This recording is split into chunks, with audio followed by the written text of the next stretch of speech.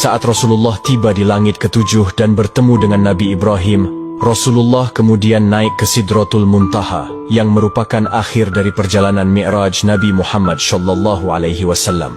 Namun, perjalanan Rasulullah naik ke Sidratul Muntaha tidak ditemani Malaikat Jibril. Malaikat Jibril menolak menemani Rasulullah naik ke Sidratul Muntaha dengan alasan batas kemampuannya hanya sampai di langit ketujuh. Jika Malaikat Jibril memaksa masuk ke Sidratul Muntaha, maka ia akan hancur. Saat Rasulullah SAW sampai di Sidratul Muntaha, dalam kebingungannya bagaimana mengucap salam, Allah Subhanahu wa Ta'ala memberinya wahyu kepada beliau berupa ucapan salam kepadanya.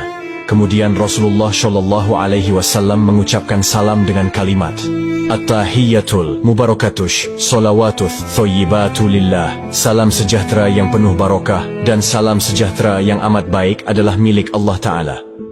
Kemudian Allah Subhanahu wa Ta'ala menjawab, Assalamu alayka ayyuhan nabiyyu wa rahmatullahi wa barakatuh. Salam sejahtera, barokah dan rahmat Allah dilimpahkan kepadamu wahai Muhammad. Kemudian Rasulullah SAW berdoa untuk kita, umatnya. Assalamu alayna wa ala ibadillahi sholihin. Kesejahteraan semoga terlimpah kepada kami semua hamba Allah dan hamba-hambanya yang soleh. Saat itu Rasulullah SAW menerima perintah dari Allah Subhanahu wa Ta'ala untuk umat Islam untuk mengerjakan solat 50 waktu dalam sehari. Selepas menerima perintah solat, Rasulullah kemudian turun ke langit ketujuh dan melihat Nabi Ibrahim sedang bersender di dinding Baitul Makmur. Dilanjutkan turun ke langit ke-6 dan bertemu dengan Nabi Musa alaihissalam. Kemudian Nabi Musa bertanya, Wahai Muhammad, dapat apa engkau dari Allah tadi? Rasulullah menjawab, Aku mendapatkan perintah dari Allah untuk melaksanakan solat 50 waktu dalam sehari. Nabi Musa kemudian berkata, Wahai Muhammad, apakah engkau tahu jika aku memiliki umat yang sangatlah kekar dan besar, namun umatku tidak sanggup melaksanakan kewajiban itu? Lalu bagaimana dengan umatmu yang kecil? Kemudian Nabi Musa menyarankan Nabi Muhammad untuk kembali menghadap Allah meminta keringanan. Nabi Muhammad kemudian kembali menghadap Allah dan meminta keringanan atas solat 50 waktu itu. Dalam kembalinya Rasulullah ke Sidratul Muntaha, beliau hanya mendapat pengurangan 5 waktu. Dan pada saat itu, Rasulullah sampai 9 kali bolak-balik dari langit 6 ke Sidratul Muntaha untuk meminta keringanan dalam perintah solat tersebut. Sampai pada akhirnya Rasulullah menerima perintah solat hanya 5 waktu dalam sehari, kemudian turun dan menemui Nabi Musa.